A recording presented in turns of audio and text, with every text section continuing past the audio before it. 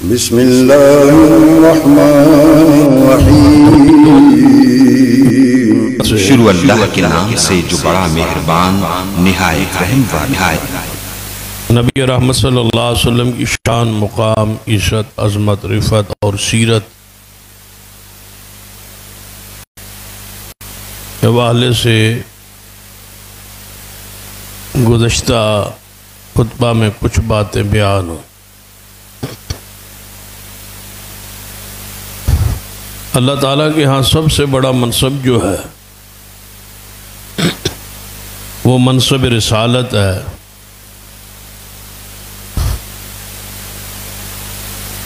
اس تو بڑا کوئی عہدہ اور منصب نہیں۔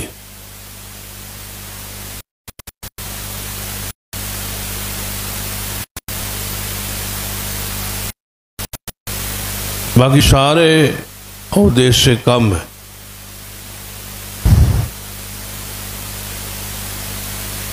سب سے اونچا درجہ رسالت کا ہے۔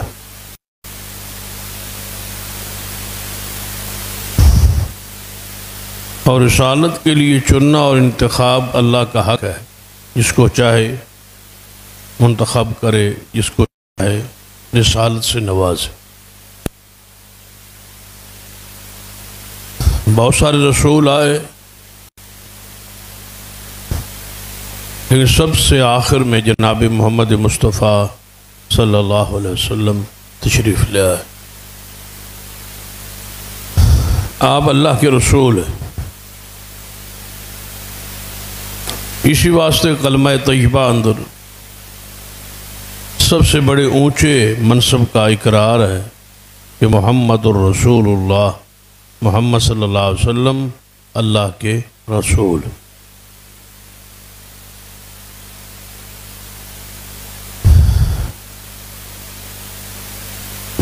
بارہ ربیع الاول وہ جو کچھ ہمارے ملک میں ہوا وہ آپ کے علم میں ہے۔ وہ سب کچھ نبی علیہ السلام کے ساتھ عقیدت، محبت، پیار کے اظہار کے لیے ہوا، اور اسی کا بیان ہو۔ یہ الگ بات ہے کہ پیار کا یہ انداز، محبت کا یہ انداز نہ ہی قرآن میں ہے اور نہ ہی احادیث رسول۔ لیکن اس کے باوجود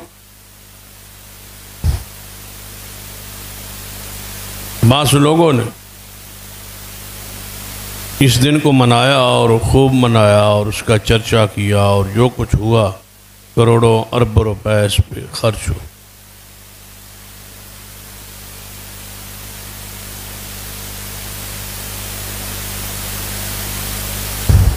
نبی علیہ السلام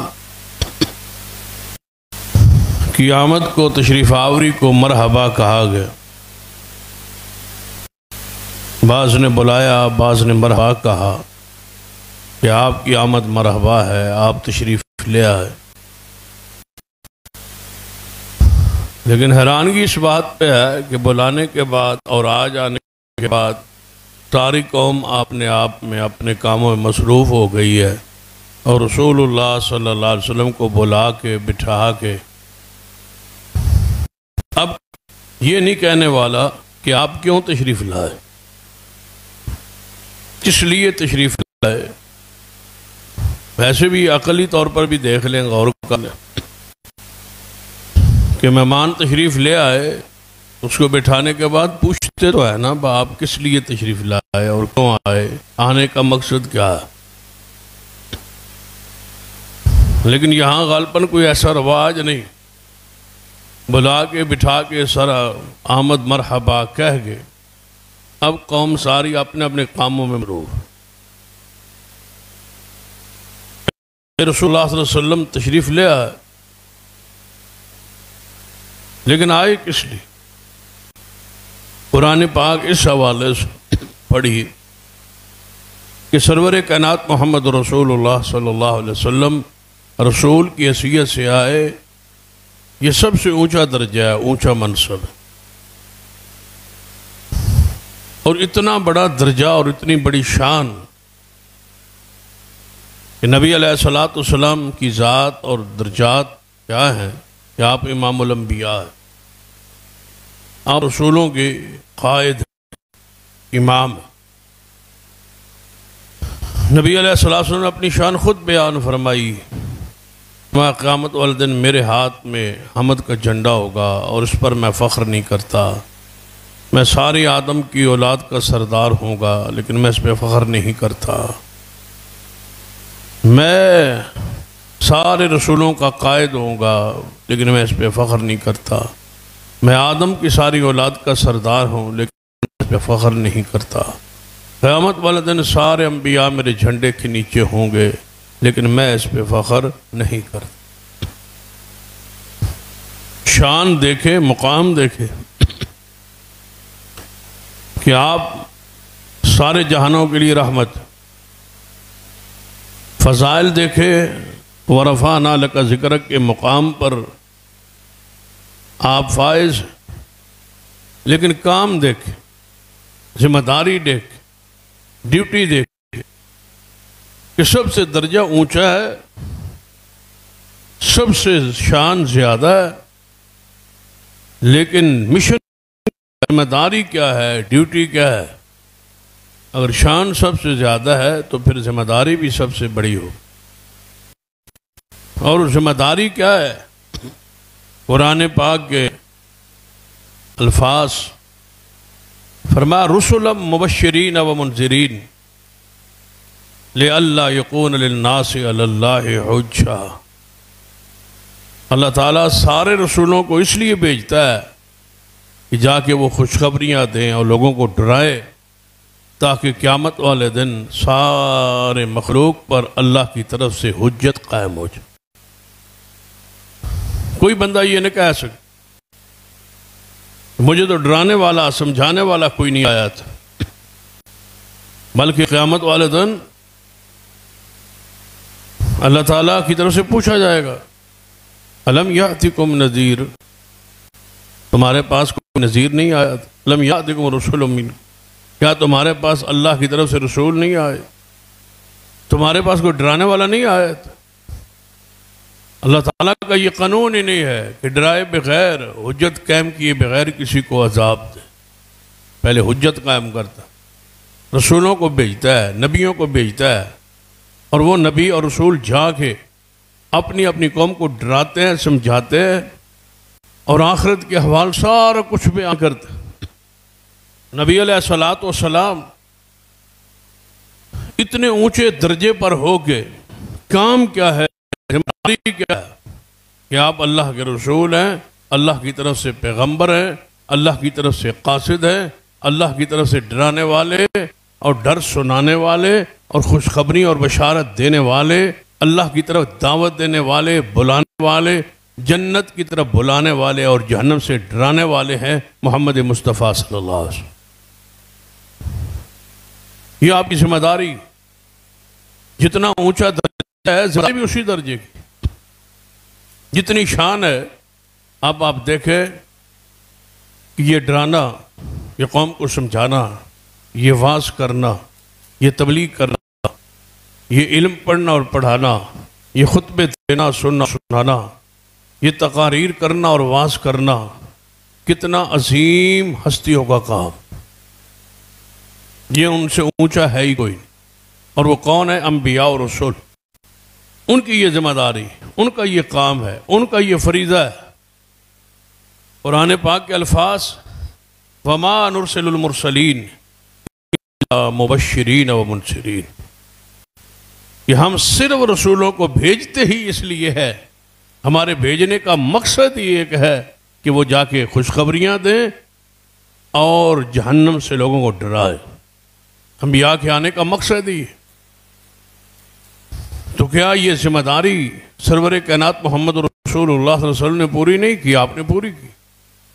آگے یہ ڈیوٹی اور ذمہ داری یہ ہم پہ چھوڑ گئے، امت پہ، صحابہ کرام پہ، صحابہ کرام تابعین پر، تابعین تبع تابعین پر، یہ جاری ہے اور آج تک ہے اور یہ قیامت تک جاری رہے۔ انبیاء کی یہ ذمہ داری، وَمَا أَرْسَلْنَاكَ إِلَّا كَافَّةً لِلنَّاسِ بَشِيرًا وَنَذِيرًا. یعنی ایک بات میں آپ کو سمجھانے کی کوشش کر رہا ہوں کہ سب سے اونچا درجہ رسول رسالت کا ہے، اور سب سے بڑی ذمہ داری جو رسولوں کو دی گئی ہے، اتنی شان والوں کو ڈیوٹی کیا ہے کہ لوگوں کو واعظ کریں، دعوت. یہ کتنا بڑا کام ہو، یہ کتنی بڑی فضیلت ہو.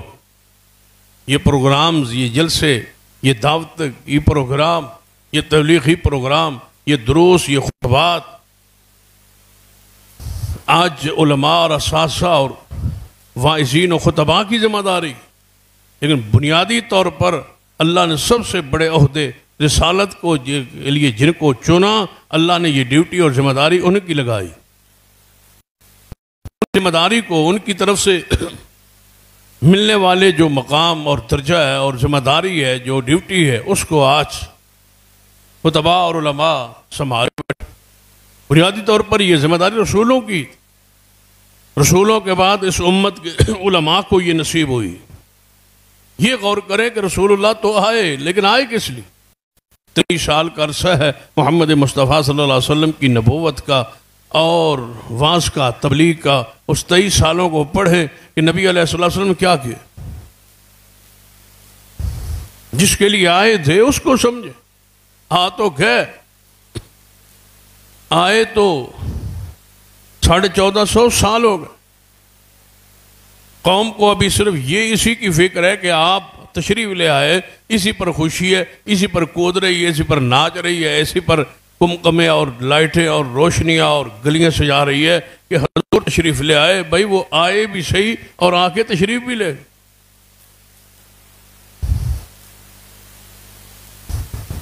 ایک مشہور ہے نا بات، لطیفے کی حد تک ہی ہوگی لیکن مشہور ہے، حقیقت بھی ہو سکتی.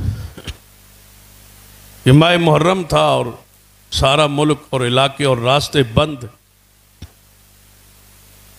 تو باہر سے کوئی مہمان ملک میں آیا، جہاز سے اترا اور ٹیکسی پر، گاڑی پر سوار ہو. وہ جس راستے سے جاتا وہ راستہ بند. ادھر سے گاڑی گھماتا دوسری طرف تو پھر راستہ بند. وہ حیران ہوا، پریشان ہوا کہ ملک کے بارے میں بہت کچھ سنا تھا اور دیکھنے کے لیے میں آ گیا ہوں، جس طرف جاتا ہوں راستے ہی بند. تو اس نے پوچھ لیا اپنی اس گاڑی کے ڈرائیور سے کہ راستے کیوں بند؟ اس نے کہا کہ محرم الحرام کا مہینہ ہے. وہ بڑا حیران ہوا، کہتا محرم الحرام کا مہینہ ہے تو راستے کیوں بند؟ یہ تو سمجھ آ گئی کہ مہینہ محرم کا ہے، لیکن راستے کا بند ہونا یہ سمجھ نہیں آ. پوچھنے والا وہ چونکہ کافر تھا، غیر مسلم تھا، بڑا حیران ہوا، کہتا راستے بند ہے، مہینہ آپ کا کہتے ہیں کہ محرم کا ہے اور یہ بڑا مبارک مہینہ ہے اور ہمارے اسلامی سال کا پہلا مہینہ ہے. یہ ساری سمجھ آ گئی ہے لیکن راستے کیوں بند؟ تو انہوں نے کہا ہمارے رسول صلی اللہ علیہ وسلم جن کا ہم کلمہ پڑھتے ان کے نواسے جو تھے نا، سیدنا حسین رضی اللہ تعالیٰ، وہ شہید ہو گئے، تو اس وجہ سے راستے بند. تو اس نے پھر حیرانگی سے پوچھا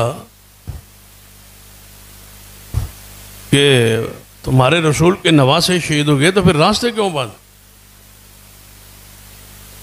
انہوں نے کہا بھائی ہمارے نبی تھے اور ہمارے رسول تھے اور ان کے نواسے شہید ہو گئے تو راستے، وہ شہید ہو گئے اور راستے بند.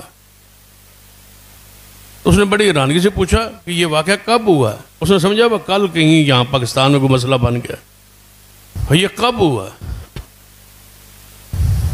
تو انہوں نے کہا بھائی 1400 سال ہو گئے. تو کہا 1400 سال ہو گئے، یہ اس وقت کے راستے بند؟ اس نے کہا نہیں، راستے تو یہ کل 9-10 محرم ہے، کل کے بعد. اس نے کہا اچھا آج کوئی خبر آئی ہے، یعنی آج خبر پہنچی ہے پاکستان میں کہ تمہارے رسول اللہ کے نواسے شہید ہو گئے، یہ کوئی خبر آج پہنچی؟ اس نے کہا نہیں، خبر بھی پرانی ہے، واقعہ بھی پرانا ہے، لیکن ہم ہر سال یہ راستے بند کر. حیرانگی کی بات ہے، رسول اللہ صلی اللہ علیہ وسلم تشریف لے آئے، پیدا ہوئے، آئے دنیا میں، وقت گزارا، تشریف بھی لے گئے، قوم ابھی اسی چکر میں ہے کہ حضور تشریف لائے اور خوشی ہو رہی ہے کہ حضور تشریف لائے، آئے کس لیے؟ بھائی نبی علیہ الصلوۃ والسلام نے اپنے 23 سال عرصہ نبوت میں جو کیا ہے اس کے لیے آئے تھے، وہ کیا ہے اور کر کے گئے، وہ کیا ہے؟ سارے صحابہ، ساری ہجرت، سارے خطبات، ساری صحبتیں، دکھ تکالیف و پریشانیاں صرف ایک ہی مشن کے لیے تھیں، اور وہ دعوت اللہ، دعوت۔ سرور کائنات محمد رسول اللہ صلی اللہ علیہ وسلم کو کہہ دیا گیا تھا، جب نبی علیہ الصلوۃ والسلام پر پہلی وحی آئی، پہلی وحی کے بعد کہ واقعات آپ کے علم میں، پھر نبی علیہ الصلوۃ والسلام کا 6 مہینے کا تقریباً جو عرصہ ہے، یہ فترت وحی کا دور ہے، جس میں دوبارہ وحی نہیں آئی۔ پہلی وحی آئی، پھر 6 مہینے دوبارہ وحی نہیں آئی، وحی رکی ہوئی تھی۔ جبریل آئے، غار ہیرا میں وہ پیغام الہی دیا، اس کے بعد 6 مہینے پہلی اور دوسری وحی کے درمیان عرصہ ہے۔ تو جب دوسری وحی آئی ہے تو کہاں سے بات شروع ہوئی؟ یا ایھا المدثر قم فانذر، اے چادر اوڑھنے والے اٹھو، آپ کو رسول کس لیے بنایا گیا ہے؟ قم فانذر، آپ کو رسالت، یہ منصب، یہ شان اس لیے بخشا گیا ہے کہ آپ کی آمد پر جلوس نکالا جائے، گلیوں کو سجایا جائے، بازاروں کو سجایا جائے، کس لیے آپ کو بھیجا گیا ہے؟ قم فانذر۔ آئے غور کریں تو آج بھی تھرتھراہٹ بندے پہ کب کبھی طاری ہو جائے کہ آپ چادر لے کے، چادر اوپر اوڑھے لیٹے ہوئے، اور جبریل آ کے کہتا ہے یا ایھا المدثر قم فانذر، اے چادر اوڑھنے والے اٹھو، آپ کو کس لیے بھیجا گیا ہے، کس لیے رسول بنایا گیا ہے، یہ کس لیے یہ شان اور مقام اور عزت اور عظمت بخشی گئی ہے؟ فانذر، اٹھو اور ڈراؤ اس قوم کو، اللہ کے عذاب سے ڈراؤ اس قوم کو۔ آپ کو واعظ کے لیے، دعوت کے لیے بھیجا گیا ہے، جس کام کے لیے آپ کو بھیجا گیا ہے، اٹھیے اور شروع کیجیے۔ پھر اس کے بعد آپ رسول اللہ صلی اللہ علیہ وسلم کی ساری زندگی میں بس واعظ، تبلیغ ہی دیکھیں، صبر ہو یا حضر ہو، خوشی ہو یا غمی ہو، جہاں بھی کوئی بندہ دیکھا ہے نبی علیہ السلام واعظ اور نصیحت پر، اس کو دعوت پر، دعوت پیش کر۔ یا اللہ کہاں سے شروع کرو؟ حکم تو آ گیا، فانذر، ڈراؤ، واعظ کرو، تبلیغ کرو، کہاں سے کرو، کہاں سے آغاز کرو؟ فرمایا وانذر عشیرتک الاقربین، اپنے رشتہ داروں کو ڈراؤ، اپنے رشتہ داروں سے، اپنے گھر سے، اپنے قبیلے سے، اپنے قوم سے، خاندان سے شروع کرو۔ پھر نبی علیہ السلام نے دعوت کا وہ انتظام انشرام، جس میں ابو لہب کی گستاخی اور توہین کا سلسلہ، پہاڑیوں پہ کھڑے ہو کے رسول اللہ بلاتے ہیں، ساری قوم قبیلے اکٹھے ہوتے ہیں، اور آپ واعظ اور نصیحت کر۔ بھائی جو مقصد ہے محمد مصطفیٰ صلی اللہ علیہ وسلم تشریف لانے کا، وہ کیا ہے؟ کس لیے تشریف لے آئے؟ آپ کی ذمہ داری پہ قرآن کی آیت مبارکہ پہ غور کیجیے، یا ایھا الرسول بلغ ما انزل الیک من ربک، اے رسول صلی اللہ علیہ وسلم، ساری شانیں اسی لفظ رسول میں کہا کرتا ہوں، صرف محمد مصطفیٰ صلی اللہ علیہ وسلم کو جب رسول کہہ دیا، گویا سارے شانیں اور سارے زمانے کی جو شانیں ہیں وہ اس جملے میں موجود ہیں۔ ساری خوبیاں کیوں ہیں؟ کہ آپ اللہ کے رسول ہیں صلی اللہ علیہ وسلم۔ اس سے اونچا درجہ منصب کوئی نہیں، کوئی ہوتا تو کلمہ طیبہ میں اس جملے کا ذکر ہوتا محمد رسول اللہ کا ذکر کیوں ہے کہ سب سے اونچا درجہ رسالت کا ہے، لفظ رسول ساری خوبیاں خود اس کے اندر داخل اور شامل ہے۔ مبشر کیوں ہیں کہ رسول ہے، نذیر کیوں ہیں کہ رسول ہیں، داعی اللہ کیوں ہیں کہ رسول ہے، سراج منیرہ کیوں ہیں کہ رسول ہے، صاحب خلق عظیم کیوں ہیں کہ اللہ کے رسول ہے۔ ساری شان لفظ رسالت، لفظ رسول، منصب رسول، مقام رسول میں موجود۔ اس آیت سے بڑی واضح اور آیت کون سی ہو سکتی ہے؟ یا ایھا الرسول، اے میرے رسول، کون؟ جناب محمد صلی اللہ علیہ وسلم، بلغ ما انزل الیک من ربک، جو کچھ اللہ کی طرف سے آپ پر نازل ہوا ذرا اس کو بیان کرو، پہنچاؤ آگے۔ پہنچانا آپ کی ذمہ داری ہے، اس کے لیے بھیجے گا۔ وگرنہ نبی علیہ السلام وقت جلوس والا معاملہ ہوتا تو اللہ کی قسم مکے میں کوئی کافر بھی نہ ہوتا جو پیچھے رہتا۔ اگر حضور فرماتے ہیں نا، بس جن قبروں کی پوجا کرتے ہو کرتے رہو، جن بتوں کی پوجا کرتے ہو کرتے رہو، جو کچھ تم کرتے ہو وہ سارا کچھ کرتے رہو، صرف جشن والے دن جس دن میں پیدا ہوا اس دن جلوس نکالنا ہے، اور آپ نے اپنے گھوڑوں کو اور خچروں کو اور گدھوں کو اور اونٹوں کو سوار کے اور پوری طرح تیار کر کے لانا ہے، ہم نے باہر نکلنا ہے اور شام کو واپس آ جانا ہے، پھر سارا سال قبروں کی پوجا کرتے رہنا۔ اللہ کی قسم ایک کافر بھی پیچھے نہ رہے۔ وہ تو کہتے تھے محمد مصطفیٰ کو کہ آپ صادق بھی ہیں، امین بھی ہیں، اور پیارے بھی ہیں، اور سچے بھی ہیں، مانتے ہیں آپ کے پاس ہیں، آپ جیسا حسین اور جمیل کوئی نہیں۔ ان کو ولادت منانے پر کیا اعتراض؟ بلکہ ابو لہب کے بارے میں وہ تذکرہ ہوا تھا کہ اس نے لونڈی آزاد کی تھی۔ چلو وہ بھی سارا کچھ مان لیا جائے، وہ روایات مان لی جائیں، تو اس کا مطلب ہے کہ ولادت کی خوشی پر یا لونڈیاں آزاد کرنے پر تو اعتراض نہیں تھا، بلکہ وہ ساتھ تھے۔ معاملہ تو ہے اگلی معاملے کا جس کے لیے رسول اللہ تشریف لائے، جب وہ بیان ہوا تو اختلاف تو اس بات پر ہے، اور آج بھی اختلاف وہی ہے کہ جس قوم نے رسول اللہ کی ولادت کو، جشن کو منایا ہے، اس قوم سے بڑا قبر کا پجاری اللہ کی زمین پہ کون ہو سکتا؟ ساری تاریخ اسلام پڑھ لیجیے، رسول اللہ صلی اللہ علیہ وسلم سے لے کر آج تک، حضور سے پہلے یہ زمانے پڑھ لیجیے، نوح علیہ السلام سے شروع کریں اور آج تک جتنا شرک اور جتنی قبر کی پوجا آج کے اس مکتبہ ہے فکر کے عمل میں ہے، اللہ کی زمین پہ اتنا شرک کسی گروہ نے نہیں کیا۔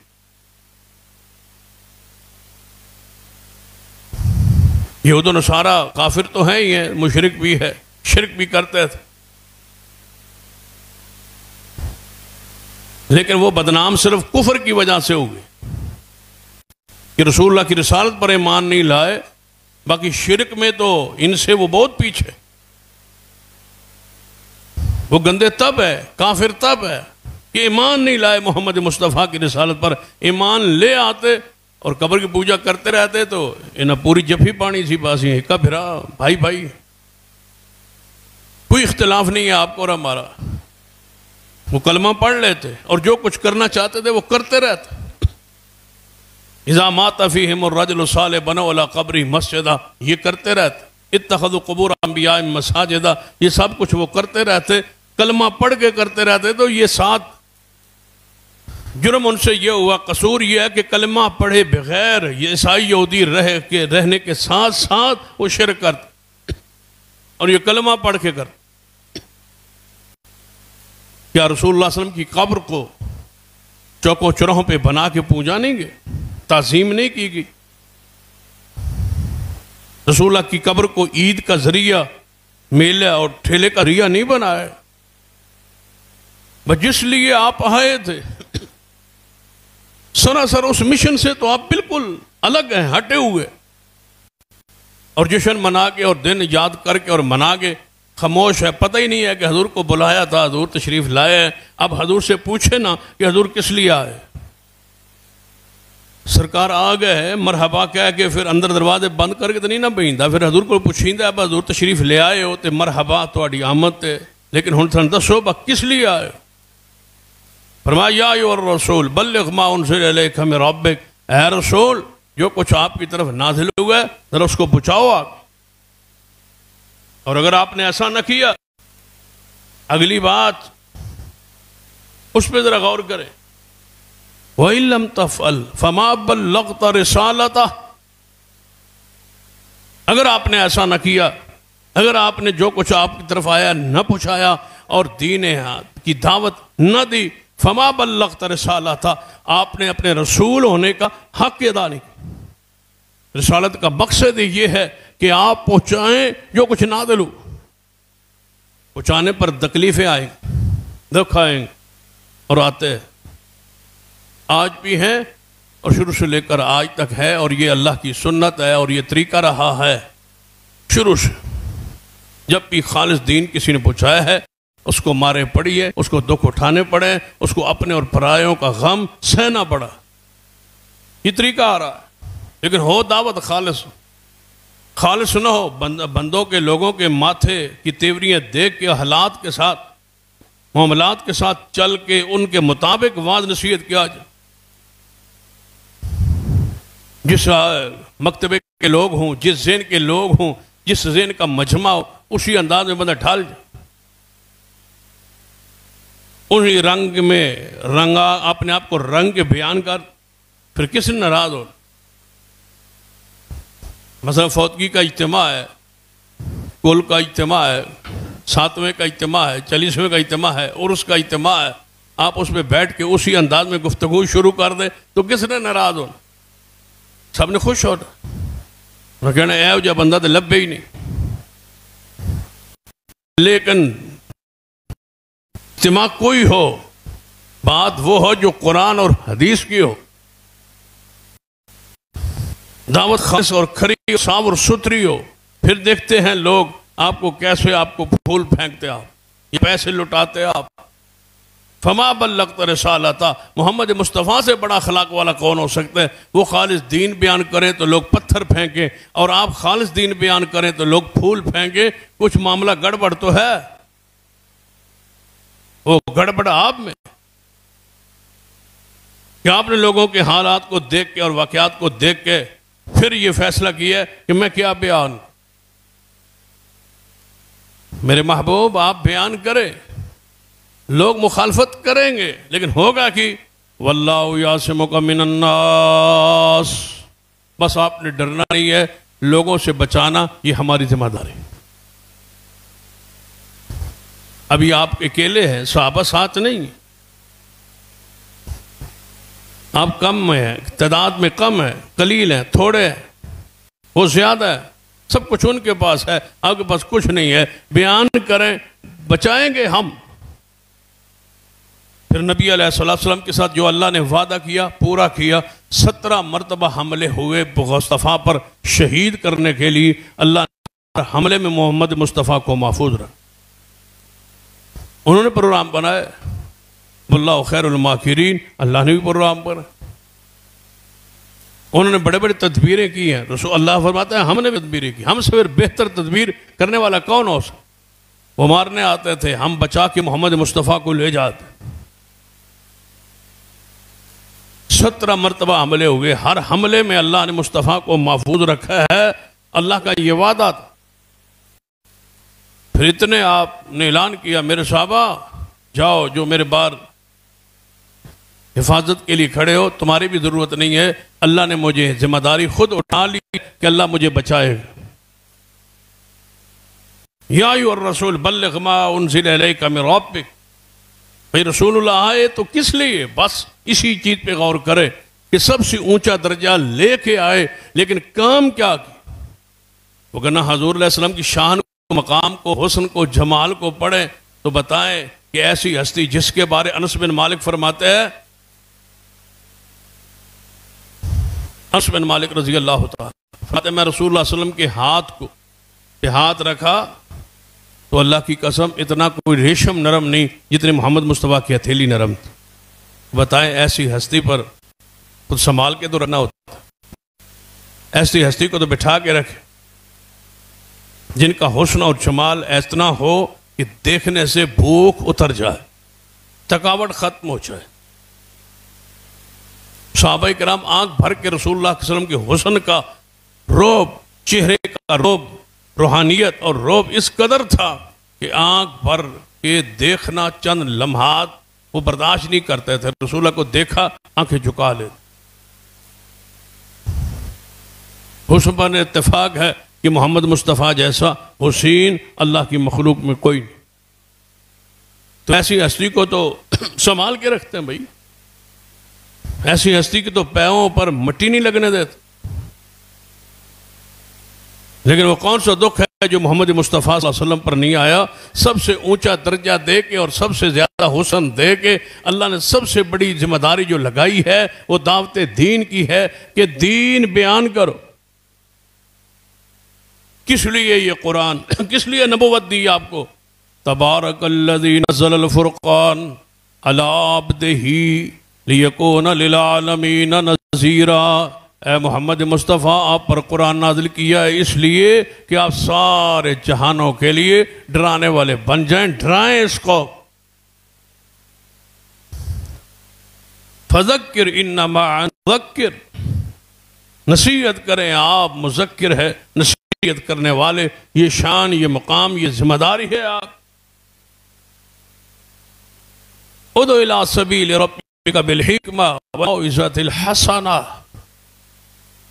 میرے محبوب حکمت کے ساتھ اور اچھے واعظ کے ساتھ لوگوں کو اللہ کی طرف بلائی۔ لوگوں نے اس کا بہت نرم معنی کی۔ جب بھی کوئی امن امان کی یا نرمی کی بات ہوتی ہے تو آیت مبارکہ کو پڑھا جاتا، ادعو الی سبیل ربک بالحکمۃ والموعظۃ الحسنہ۔ اللہ کہتا ہے پیارے حبیب صلی اللہ علیہ وسلم لوگوں کو اللہ کی راہ کی طرف بلائیے حکمت کے ساتھ اور اچھے واعظ کے ساتھ۔ اب معنی کیا ہوتا ہے کہ حکمت کے ساتھ، تنائی کے ساتھ، میٹھی میٹھی باتیں کر کے، نرم نرم باتیں کر کے، اچھے سے واقعات سنا کے لوگوں کو سمجھائی۔ یہ وہ معنی ہے، ہر بندے کی خواہش ہوتی ہے نا چاہتے جو اس کا مرضی کا معنی چڑھا ہے۔ اس کا معنی یہ نہیں ہو سکتا ادعو الی سبیل ربک بالحکمہ، اے معبود لوگوں کو اللہ کی طرف بلائیے۔ محمد مصطفیٰ صلی اللہ علیہ وسلم حکم ہو رہا ہے کہ بلائیے لوگوں کو حکمت کے ساتھ۔ کا مطلب کیا ہے؟ سنت کے ساتھ، دلیل کے ساتھ۔ والموعظۃ الحسنہ، اچھا واعظ، اچھا واعظ۔ حسنہ کیا مراد؟ حسنہ سے کیا مراد ہے بھائی؟ لقد کان لکم فی رسول اللہ اسوۃ حسنہ، قرآن خود اپنی آپ تشریح کر رہا ہے۔ لوگ سمجھتے ہیں کہ بدعت کے ساتھ بلائیں، قصوں کے ساتھ بلائیں۔ اس کا معنی کیا کیا ہے؟ ایک میں عالم کا کلپ سن رہا تھا، اس نے کہا بھائی لوگ گرجا گھر تھا اور وہاں غیر مسلم عیسائی جو ہیں وہ پوجا کے لیے، عبادت کے لیے ہزاروں کی تعداد میں جا رہے۔ راستے میں ایک صوفی تھے، بزرگ تھے، وہ بانسری لے کے آ کے بیٹھ گئے اور بانسری بجانا شروع کر دی۔ لوگوں نے ادھر جانا چھوڑ دیا، بانسری سننا شروع کر دی۔ وہ مولوی قرآن سے مسلمان نہیں کر سکے جو بزرگوں نے بانسری کے ساتھ مسلمان کیا، اور پھر بانسری بجا کے وہ تقریر سنا رہا۔ تو پھر ساتھ یہ آیت پڑھتا ہے ادعو الی سبیل ربک بالحکمہ والموعظۃ الحسنہ۔ اس کا معنی کیا ہوگا کہ لوگوں کو اللہ کی طرف بلاؤ بانسری کے ساتھ، والموعظۃ الحسنہ۔ بھائی وہ کیوں معنی نہیں کرتے جو قرآن کر رہا ہے کہ اس قوم کو بلاؤ اللہ کی راہ کی طرف سنت کے ساتھ، محمد مصطفیٰ کے طریقے کے ساتھ، اللہ کی وحی کے ساتھ، قرآن کے ساتھ، سنت کے ساتھ، دین کے ساتھ، برہان کے ساتھ لوگوں کو دعوت کے دو، دین کی طرف بولا۔ ڈراؤ اس قوم کو جہنم کے عذاب سے، بشارتیں دو جنت کی۔ اللہ تو یہ کہہ رہا ہے۔ چند سال پہلے کلپ ایک مولوی کو مشہور ہوا تھا نا کہ تواڈے مولویوں قرآن پڑھ کے نہیں لوگوں کو مسلمان کیتا، جڑے ساڑھے بزرگاں ڈھول کھڑکا کے مسلمان کیتا۔ وہ کہتے ہیں ڈھول کھڑکاؤ لوگ مسلمان۔ اور اس سے 2 سال پہلے ہمارے سرگودا سے پیر سیال کا وہ کلپ مشہور ہوا تھا، آج بھی نیٹ پر موجود۔ وہ پیر بزرگ فوت ہو گئے، پیر حمید الدین صاحب سیالوی۔ وہ حکمت کے ساتھ وہ فرماتے ہیں کہ قیامت کا ہمارے بزرگوں نے یعنی اپنے پیر صاحب کا قمر الدین سیالوی صاحب ذکر کر رہے فرماتے ہیں انہوں نے خواب میں دیکھا کہ رسول اللہ صلی اللہ علیہ وسلم یعنی پیر قمر الدین سیالوی صاحب نے خواب میں دیکھا کہ رسول اللہ قیامت کا دن آ گیا ہے اور رسول اللہ صلی اللہ علیہ وسلم جہنم سے لوگوں کو بخشوا کے نکال کے لا رہے ہیں اور آگے آگے حضور آ رہے ہیں، آگے آگے ڈھول بجتے آ، ڈھول کھڑکتے آ رہے، ڈھول تو پھر نال آندہ ہے ایک ڈھول نہیں کئی ڈھول کھڑکتے آ رہے، تشریح بھی پہ کردہ ہے بھائی ایک ڈھول نہیں کئی ڈھول کھڑکتے آ رہے ہیں۔ رسول اللہ خوش ہو رہا ہے کہ میں امت نو جڑا ہے وہ بخشوا کے آ رہے ہیں، پیر صاحب سارے مریداں نو جہنم چو کڈی جا رہے ہیں اور ڈھول کھڑکتے جا رہے ہیں۔ یعنی رسول اللہ کو بھی ڈھول سنایا ہے، نعوذ باللہ، جبکہ رسول اللہ کی حدیث ہے کہ اللہ نے مجھے بھیجا ہے میں ڈھول کو جا کے توڑ کے رکھ دوں۔ رسول اللہ نے فرمایا، اس کو کوبہ کہا جاتا ہے، فرمایا کوبہ کو ڈھول کو توڑنے کے لیے میں آیا ہوں، موسیقی کے آلات یہ ڈھول مجھے توڑنے کے لیے اللہ نے بھیجا ہے۔ رسول اللہ بارہ کو تشریف لے آئے بقول تمہارے ڈھولنے کے لیے اور تم کھڑکا رہے ہو ڈھول حضور کے لیے۔ آئے تو صحیح، کوئی شک نہیں، آئے کہ اس لیے ڈھول توڑنے کے، بانسری کی آواز کو ختم اور مٹانے کے لیے وہ ڈھول کی آواز آ رہی تھی۔ رسول اللہ صلی اللہ علیہ وسلم جا رہے تھے، آپ نے اپنے دونوں انگلیاں اپنے کانوں میں ڈال کے فرمایا عبداللہ بن عمر سے کہ جب تک یہ آواز آتی رہے گی محمد مصطفیٰ اپنی انگلیاں کانوں سے نہیں نکالے۔ رسول اللہ کی تو یہ سیرت، ادعو الی سبیل ربک بالحکمہ والموعظۃ الحسنہ کا معنی ہے کہ اس قوم کو کتاب و سنت کے ساتھ دین کی طرف دعوت دو، دلائل دو، کافر نہ کہو، مشرک نہ کہو، گالی نہ دو، برا نہ کہو، یہ معنی ہے۔ دلائل کے ساتھ عقلی نقلی کتاب و سنت کے دلائل پیش کرے، رد کرے شرک کا اور توحید کا اثبات کرے۔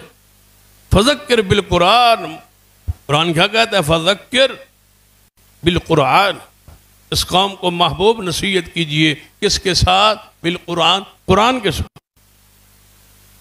رب کہتا ہے قرآن کے ساتھ، یہ کہتے ہیں بانسری کے ساتھ، رب کہتا ہے قرآن کے ساتھ، یہ کہتے ہیں جناب ڈھول کے ساتھ۔ جب ہم یہ حضور کا جو ذکر کر رہے ہیں چوک و چوراہوں پہ شور شرابہ ہے، لوگ پوچھیں کس کا کرو رہے؟ رسول اللہ کی میلاد ہو رہی ہے تو یہ حضور کی سیرت ہو رہی ہے نا، حضور کی شان ہو رہی ہے نا، حضور کا چرچا ہو رہا ہے نا، یہ چرچا ہے۔ فذکر بالقرآن من یخاف وعید، قرآن کہتا ہے محبوب ڈرائیے اس قوم کو، کس کے ساتھ؟ قرآن کے ساتھ، قرآن پاک۔ فرمایا جا رہے ہو تو کیا جا کے کرنا ہے؟ قرآن کے الفاظ لَقَدْ مَنَّ اللَّهُ عَلَى الْمُؤْمِنِينَ إِذْ بَعَثَ فِيهِمْ رَسُولًا مِنْ أَنفُسِهِمْ۔ سارا قرآن پڑھو، قرآن میں کہیں بھی یہ ذکر نہیں ہے کہ ہم نے محمد مصطفیٰ کو پیدا کر کے احسان کیا۔ اللہ کہتا ہے میں محمد مصطفیٰ کو رسول بنا کے احسان کیا۔ اصل احسان رسالت ہے، اس میں کوئی شک نہیں کہ بیسد رسالت ملی تب ہی ہے جب آپ پیدا ہوئے دنیا میں تشریف لائے، لیکن احسان بطور احسان جس کا ذکر کیا وہ ولادت کو نہیں بلکہ محمد مصطفیٰ کی بیست کو اللہ نے بھیجنے کو جب رسول بنایا ہے، یہ احسان ہے۔ قرآن پاک کے الفاظ لَقَدْ مَنَّ اللَّهُ عَلَى الْمُؤْمِنِينَ إِذْ بَعَثَ فِيهِمْ رَسُولًا مِنْ أَنفُسِهِمْ، اللہ نے یقیناً احسان کیا مومنوں پر۔ کون سا احسان؟ اذ بعث فیہم، جب بھیجا ان میں رسولا من انفسہم، رسول بنا کے محمد مصطفیٰ، رسول بن کے آنا یہ احسان ہے۔ یا اللہ رسول تو آ گئے، کس لیے بھیجا ہے، کس کے لیے تشریف لائے؟ آگے اسی آیت میں وہ مقاصد 4 بیان کر دی۔ یتلو علیہم آیاتہ ویزکیہم ویعلمہم الکتاب والحکمہ، تاکہ میرے رسول جائے قرآن کی آیات کی تلاوت کرے اور ان کو دل کو پاک کرے، صاف کرے، ان کو کتاب کی سنت کی تعلیم دے۔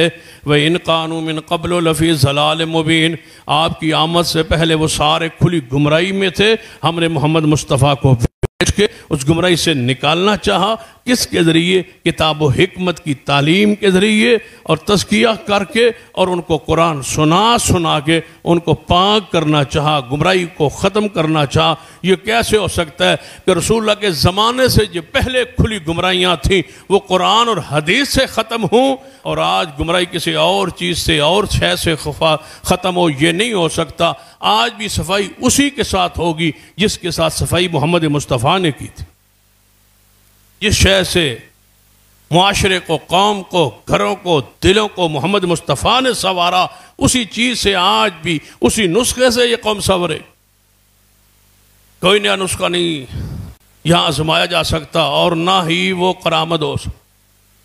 کسی نسخے کی کوئی حیثیت نہیں ہے۔ یہ کیسے ہو سکتا ہے کہ صحابہ کے دل تو قرآن سے صاف ہوں اور ہمارے دل ڈھول سے صاف ہوں، ہمارے دل کسی اور چیز سے صاف؟ قُلْ هَٰذِهِ سَبِيلِي، فرما دیجئے پیارے حبیب جناب محمد صلی اللہ علیہ وسلم، هَٰذِهِ سَبِيلِي، یہ میرا راستہ۔ کون سا میرا راستہ ہے؟ هَٰذِهِ سَبِيلِي أَدْعُو إِلَى اللَّهِ، یہ میرا راستہ ہے۔ عَلَىٰ بَصِيرَةٍ أَنَا وَمَنِ اتَّبَعَنِي، میرا بھی اور میرے ماننے والوں کا بھی یہی راستہ ہے، بصیرت پر، دلائل پر۔ یہی راستہ ہے کہ ہم اللہ کی طرف بلائیں دلیل پر، یہی میرے راستہ۔ قرآن پاک نے کیا کہا؟ حدیث پاک ساتھ ملائیے۔ میرے تواڈے پیر و مرشد جناب محمد مصطفیٰ صلی اللہ علیہ وسلم نے فرمایا بندے کے دل کی کیفیت 3 قسم کی زمین ہوتی ہے۔ جس طرح زمین 3 قسم کی ہوتی ہے، بندے کے دل بھی 3 قسم۔ بس آپ نے آج یہ فیصلہ کرنا ہے خطبہ جمعہ میں کہ آپ کا دل کس پوزیشن میں ہے۔ رسول اللہ نے بیان کیا ہے، حدیث ہے کہ جس طرح زمین کی 3 قسم کی زمین ہوتی ہے نا، بندے کے دل کی کیفیت بھی وہی ہے۔ ایک زمین ہوتی ہے زرخیز، میٹھی، اس پر بارش برستی ہے، وہ پانی اپنے اندر جذب کر لیتی ہے اور فصل دیتی۔ ایک دل یہ ہے، اس پر قرآن برستا ہے، قرآن کی بارش برستی ہے، قرآن کی شفا برستی ہے، قرآن کی طرف سے ہدایت برستی ہے، قرآن کی طرف سے برکات، قرآن وہ سنتا ہے، وہ پڑھتا ہے، اس کا آنکھیں روتی ہیں، دل اس کا ڈر جاتا ہے اور وہ اس حق کو قبول کرتا ہے۔ دوسری زمین ہوتی ہے پتریلی، فرمایا اس پہ بارش برستی ہے تو وہ کہیں نہ کہیں پانی وہ جذب نہیں کرتا، لیکن پانی اس پر بہہ کے کسی نہ کسی ندی، نالے، تالاب میں نیچی والی جگہ پر جا کے اکٹھا ہو جاتا ہے، جس سے لوگ پانی پیتے ہیں، جانور پانی پیتے ہیں۔ یا آگے زمین کو اس سے پانی سٹور کر کے جمع کر کے ڈیم بنا کے کوئی جھیل بنا کے پانی آگے دیا جاتا، یہ بھی فائدہ مند ہے۔ اپنی جو بھی کیفیت ہے لوگوں کو فائدہ پہنچ رہا ہے، خیر پہنچ رہی، لوگوں کو فائدہ ہو رہا ہے، لوگ اپنی پیاس بجھا رہے، پانی پی رہے، لے رہے، جانور پی رہے ہیں، زمانہ اس سے خیر پا رہا۔ یہ دوسرا قسم۔ تیسری زمین ہے وہ بنجر، وہ کلر والی، وہ شور والی، بستی رہتی ہے، نہ پانی اندر جذب ہوتا ہے اور نہ اس سے کوئی وہ کڑواہٹ، نہ کوئی اس سے جانور پانی پیتا ہے، بندوں کے لیے بھی کیچڑ ہی ہے، جو بندہ اس سے گزرتا ہے وہی چھینٹے اس پہ پڑ رہے ہیں اور گر رہا ہے، پھسلن بنی ہوئی ہے۔ یہی حالت ہے اس بدبخت انسان کی جس کے دل کی یہ کیفیت۔ قرآن اثر نہیں کرتا، دین اثر نہیں کرتا، سنت اثر نہیں کرتی، شریعت اثر نہیں کرتی۔ قرآن پڑھتے جائیں، حدیث پڑھتے جائیں، وہ پڑھتا جائے، سنتا جائے، اس پہ اثر، اس کا یہی کام ہے بس۔ بنجر ہے وہ، کلر والا دل ہے، شور والا دل ہے، سیاہ دل ہے، بد ضمیرہ انسان ہے، بس اس کا دل پتھر ہو چکا، پتھر سے بھی آگے بڑھ چکا ہے، کلر اور سیاہ ہو چکا ہے۔ کچھ کالے پتھر ہوتے ہیں، سیاہ پتھر ہوتے ہیں، جس کی کوئی کیفیت، جس کی کوئی حالت، نماز پڑھتا ہے اثر نہیں کرتا، قرآن سنتا ہے اثر نہیں کرتا، تلاوت کرتا ہے اثر نہیں کرتا، تلاوت سنتا ہے اثر نہیں کرتا، سب کچھ کرتا ہے اثر ہی کو نہیں ہوتا۔ وہی گناہ، وہی غیبت، وہی چغلی، وہی فحشی، وہی بے حیائی، وہی بد کرداری، وہی زبان کی بواسیر۔ میں کہا کرتا ہوں ایک تو بواسیر ہوتی ہے نا، دوسری بواسیر بندے کو زبان کی ہوتی، سب سے بری بواسیر زبان کی ہے. جب یہ لگ جائے بندہ چپ نہیں کر، اس سے گند نکلتا رہتا ہے، پیپ نکلتی رہتی ہے، گند منہ سے نکلتا ہی رہتا ہے، گرتا ہی رہتا ہے. لوگ آس پاس بیٹھ کے بدبو اور اختاٹ محسوس کرتے رہتے ہیں، لیکن اس سے گند نکلتا رہا ہے، نیچے گر رہا ہے گند. غیبت کیا ہے؟ پیپ ہے، گند، گناہ ہے، وہ گوشت ہے بھائی، وہ نکل رہا ہے. آس پاس بندے جو بیٹھے ہیں وہ مطمئن نہیں ہے، وہ راضی نہیں ہے، وہ خوش نہیں ہے، وہ بدبو محسوس کر رہے ہیں، لیکن وہ خوش ہو رہے ہیں اس کے منہ سے چلو پیپ جب تک نہیں نکلے گی اینو سکون نہیں آنا، انہیں چوپ نہیں کرنا، اینو راتی نیند نہیں، اینو گند کڈن دیو تھوڑا جا، یہ پیپ باہر آن دیو، پیپ باہر آئے گی تو سکون آئے. کیوں جب تک پھوڑے میں پیپ ہو راتی سکون آندا ہے، چیختا ہے بندہ، چلاندا ہے، تو جدوں وہ پیپ نکلے پھر بندہ سکھ دا سوندا. یہ جب پیپ ہے نا منہ والی، یہ جدوں نکلے نہیں بندے نیند نہیں آ. یہ منہ کا گند ہے، بواسیر ہے، دل کا غبار ہے، دل کا ابھال ہے. یہ 3 قسم کی زمین ہے جس کو محمد مصطفیٰ نے بیان کیا ہے. فیصلہ آپ نے کرنا ہے کہ آپ کی زمین کس لیول کی ہے، کس طرح کی ہے. اگر تو قرآن اثر کر رہا، اللہ کا شکر ادا، لوگ آپ سے فیض پا رہے ہیں، اچھائی لے رہے ہیں، خیر لے رہے ہیں، بھلائی رہے ہیں، نیکی لے رہے ہیں، تو اللہ کی رحمت. اگر لوگ آپ سے برائی لے رہے ہیں، غیبت لے رہے ہیں، چغلی لے رہے ہیں، گناہ لے رہے ہیں، فحشی لے رہے ہیں، بے حیائی لے رہے ہیں، سوائے جناب گند کے کچھ بھی نہیں لے رہے، تو اپنی زمین پر، اپنے گناہوں پر، اپنی حالت پر، اپنی کیفیت پر، اپنی پکڑ پر اور اپنی گرفت پر روئے کہ آپ کسی گناہ کی گرفت میں آ.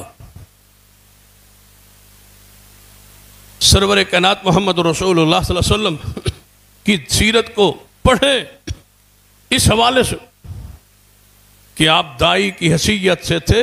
قرآن نے آپ کو یہ ذات بخشا ہے، شان بخشی ہے.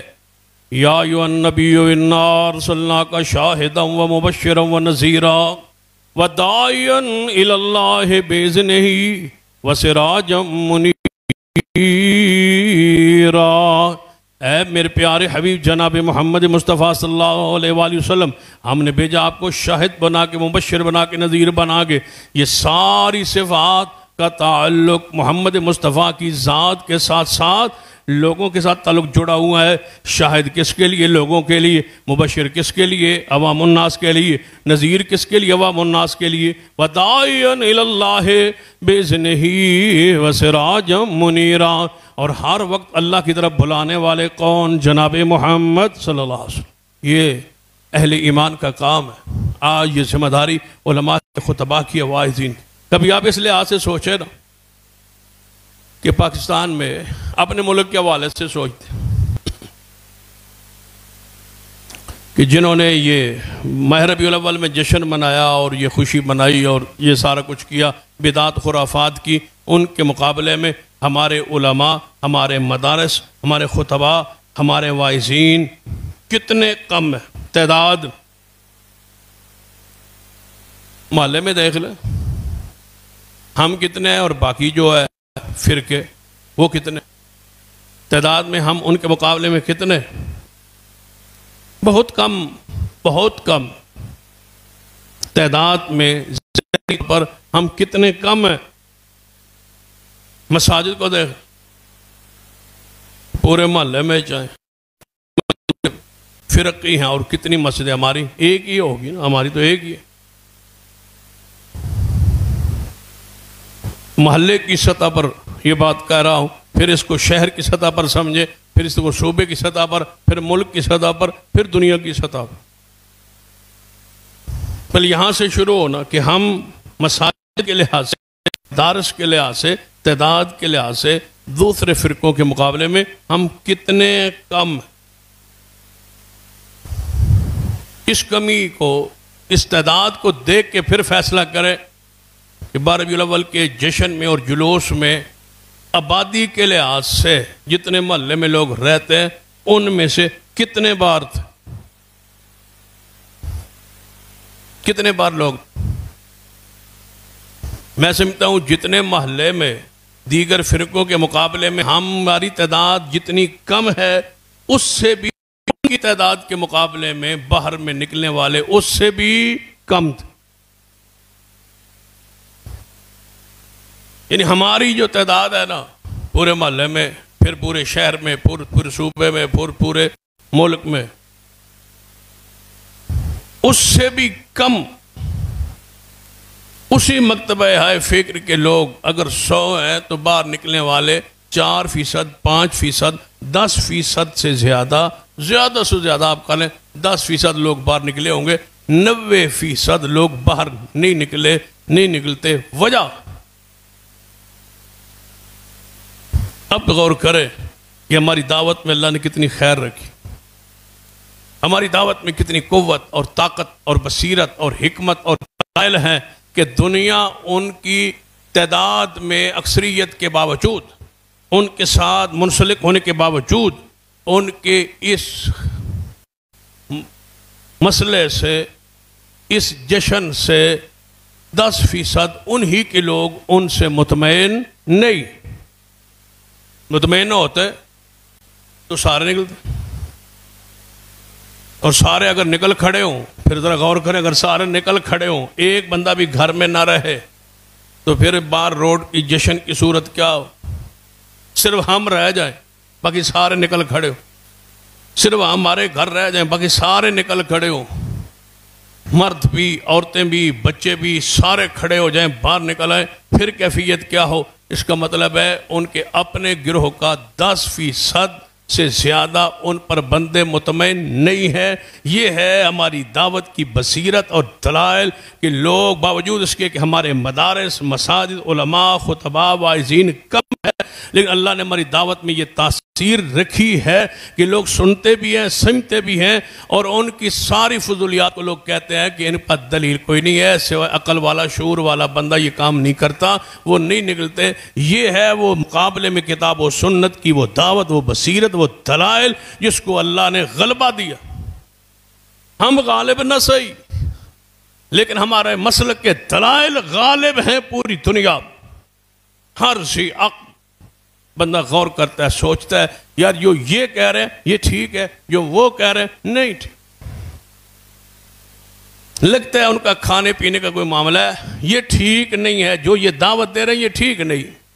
بھائی عید بھی ہوتی تو نماز ہوتی، عید بھی ہوتی تو کوئی سنجیدگی ہوتی، عید بھی ہوتی تو کوئی عبادت گاہ ہوتی، عید بھی ہوتی تو کوئی نہ کوئی اس کا طریقہ کار ہوتا. اور میں ایک اور انداز سے بات سمجھایا کرتا کہ شیعہ ہے نا، شیعہ حضرات، ان کا جلوس شروع ہوتا ہے اور جلوس ختم ہوتا ہے. ایک جگہ سے شروع ہوتا ہے، دوسری جگہ پہ ختم ہوتا ہے، اور طے ہوتا ہے، اور قانون میں لکھا ہوتا، اجازت میں لکھا ہوتا، روٹ میں لکھا ہوتا کہ یہاں سے شروع ہونا ہے، یہاں پر جا کے ختم ہونا، اتنے بجے شروع ہونا ہے، اتنے بجے ختم ہونا ہے. لیکن یہ ہمارا بارہ بیلوں کا جلوس ہے، شروع کہاں سے ہونا ہے کوئی پتہ نہیں، ختم کہاں ہونا ہے کوئی پتہ نہیں، اس کا روٹ کیا ہے کوئی پتہ نہیں، جدھر منہ آئے ادھر ٹور جاؤ. انہیں اس کا نہ کوئی آگا ہے نہ کوئی اس کا پیچھے، نہ اس کوئی اول ہے نہ اس کوئی انتہا ہے. یہ چیزیں بولتی ہیں کہ یہ ساری خود ساختہ چیزیں. بھائی کدھر سے جانا ہے کوئی پتہ نہیں، کدھر جانا ہے کوئی پتہ نہیں. بھائی صاحب ہمارا رسول پیدا ہوئے ٹھیک ہے، آپ کدھر جا رہے ہیں؟ بھائی ہم باہر جا رہے ہیں. کہاں جانا ہے؟ ہم نے بازار جانا ہے. کہاں تک جانا ہے کوئی پتہ نہیں، کہاں ختم ہوگا کوئی پتہ نہیں، کب ختم ہوگا کوئی پتہ نہیں. ایک کوئی ایسی خرافات اور بدعات اور رسومات کر دی گئی ہے. اب اسلام ہو، دین ہو، شریعت ہو تو چلو وہ تو میں نے مثال ایک عام طور پہ دی ہے نا، مثال سنت کی دیتے ہیں، شریعت کی دیتے ہیں. شریعت کو دیکھ، شریعت بھی ہو تو اس کا بھی کوئی نہ کوئی دن، کوئی نہ کوئی وقت، کوئی نہ کوئی انداز، کوئی نہ کوئی کیفیت اس کی طے. وہ تو میں نے ایک بدی جلوس کی دی ہے نا، بس اس سے تو وہ بہتر ہے. چلو ٹائم تو کوئی مقرر کیا ہے نا، کوئی روٹ تو مقرر کیا ہے نا. یہ تو بھی اس سے بھی گئے گزرے، نہ روٹ ہے نہ ٹائم ہے نہ وقت. تو شریعت کا اگر شریعت ہوتی تو پھر ساری چیزیں طے ہو. یعنی انہوں نے قانون میں اپنی چیزیں طے کروا لی، یہ قانون میں بھی نہیں طے کروا سکے، شریعت میں تو ان کی بھی طے نہیں ہے ان کی بھی نہیں. شریعت میں عید الفطر ہے، کب شروع ہونی ہے، کس وقت شروع ہونی ہے، طے کب تک بھائی سورج ڈلنے سے پہلے پہلے پڑھنی ہے، اس کے بعد کوئی عید الفطر یا کوئی عید الاضحیٰ ٹائم دے دے. کیسے پڑھنی ہے بتا دی، کیسے کپڑے پہنے بتا دی، گھر سے نکلنا ہے کیسے نکلنا ہے بتا دی، واپس جانا ہے بتا دی، عیدگاہ میں بیٹھنا ہے کیسے بیٹھنا ہے واضح کر دی، وہاں پڑھنا کیا ہے بتا دی، عید کی رکعت کتنی ہے بتا دی، عید کے بعد خطبہ ہے سننا ہے بیان کر دی، دعا ہے بیان کر دی.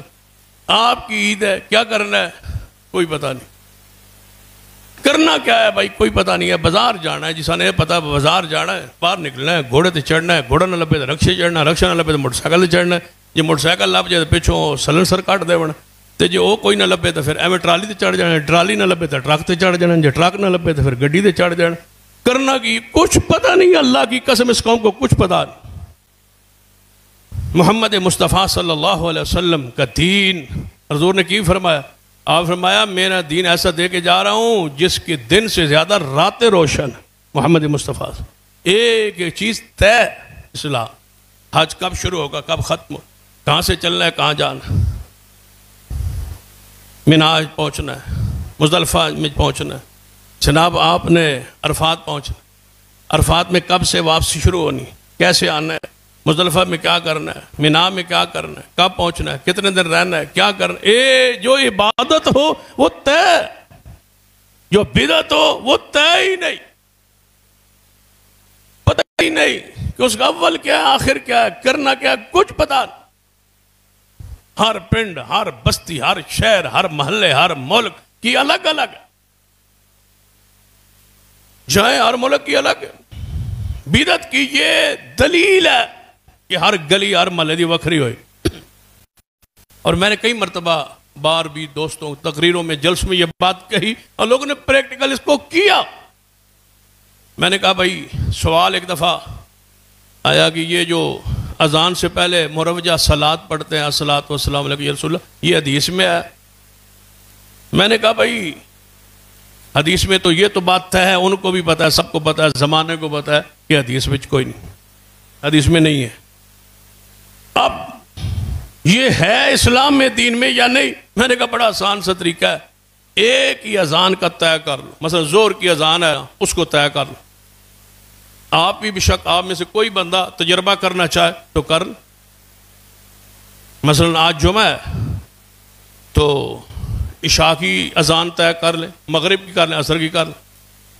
5 بندے یہاں سے کوئی مقرر کر لیں، یہیں سے بیٹھے بیٹھے 5 بندے مقرر کر کہ آپ نے ایک بندے کی ڈیوٹی لائیں کہ آپ نے عصر کی اذان فلاں مسجد میں جہاں صلاۃ پڑھی جاتی ہے اس مسلک کی اس مسجد میں آپ نے جا کے اذان سننی ہے، اور جو وہ پہلے صلاۃ پڑھے اس کو لکھ کے لانا ہے، وہ لے آئے.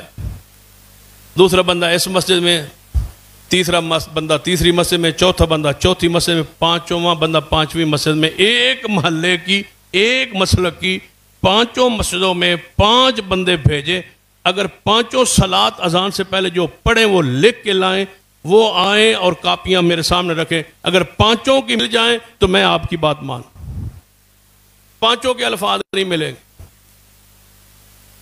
5 کے الگ الگ الفاظ ہوں گے. ایک مؤذن کچھ اور پڑھے گا، دوسرا کچھ اور، تیسرا اور، کچھ چوتھا اور. اور جب اذان شروع ہو اللہ اکبر، یہاں سے اذان شروع ہوتی ہے نا اللہ اکبر، چاہے مسجد اہل حدیث کی ہو، بریلوی کی ہو، دیوبندی کی ہو، جب اذان شروع ہوتی ہے کہاں سے شروع ہوتی ہے؟ اللہ اکبر. اس سے پہلے جو صلاۃ پڑھی گئی، ایک مسلک ایک جماعت 5 مسجدیں 5 مؤذن، 5 کی صلاۃ الگ الگ الگ الگ. جب اذان شروع ہوئی 5 مسجدوں کی اذان ایک، اللہ اکبر پہ شروع ہوئی، کہاں ختم ہوئی؟ لا الہ الا اللہ. بریلویوں کی یہی، دیوبندیوں کی یہی، اہل حدیثوں کی یہی ہے. یہ اذان ایک کیوں، صلاۃ الگ الگ کیوں؟ یہ مسلک مختلف ہے، وہ مسلک ایک ہے.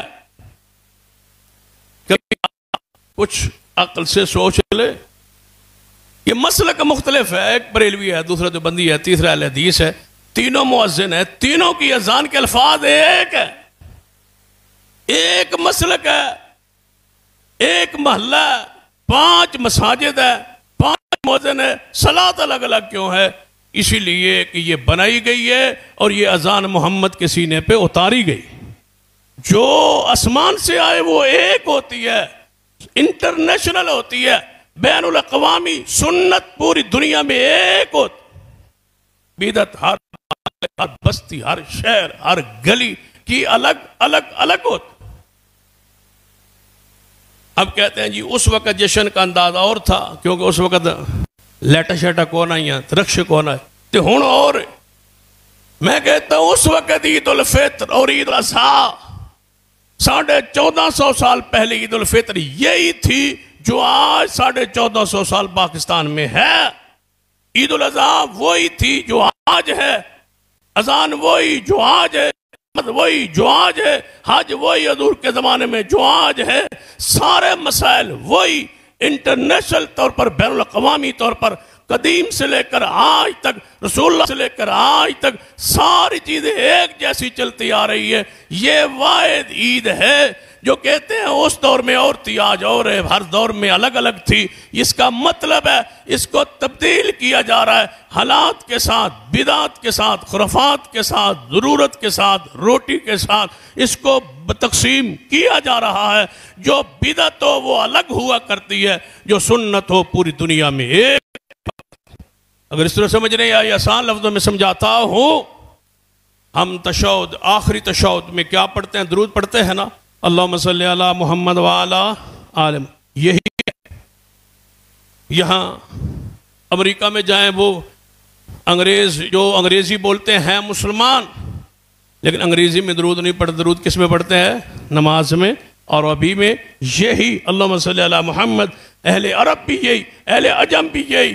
کسی دور کا، کسی ملک کا کوئی زبان، پشتو بولنے والا ہو، سندھی بولنے والا ہو، بلوچی بولنے والا ہو، وہ یونانی بولنے والا ہو، پاکستانی اردو بولنے والا ہو، عربی بولنے والا، انگریزی، کوئی زبان بولے، جب نماز پڑھے گا سبحانک اللہم سے لے کر یوم یقوم الحساب تک یا سلام تک یا آخر تک ایک الفاظ ہوں گے، کیونکہ یہ سنت ہے جو ہوگی وہ ہر ملک کی، ہر علاقے کی، ہر بستی کی، ہر شہر کی الگ ہوگی انشاءاللہ. یہ ہماری دعوت بصیرت پر، دین پر، دلائل پر، قرآن پر، حدیث پر قائم ہے.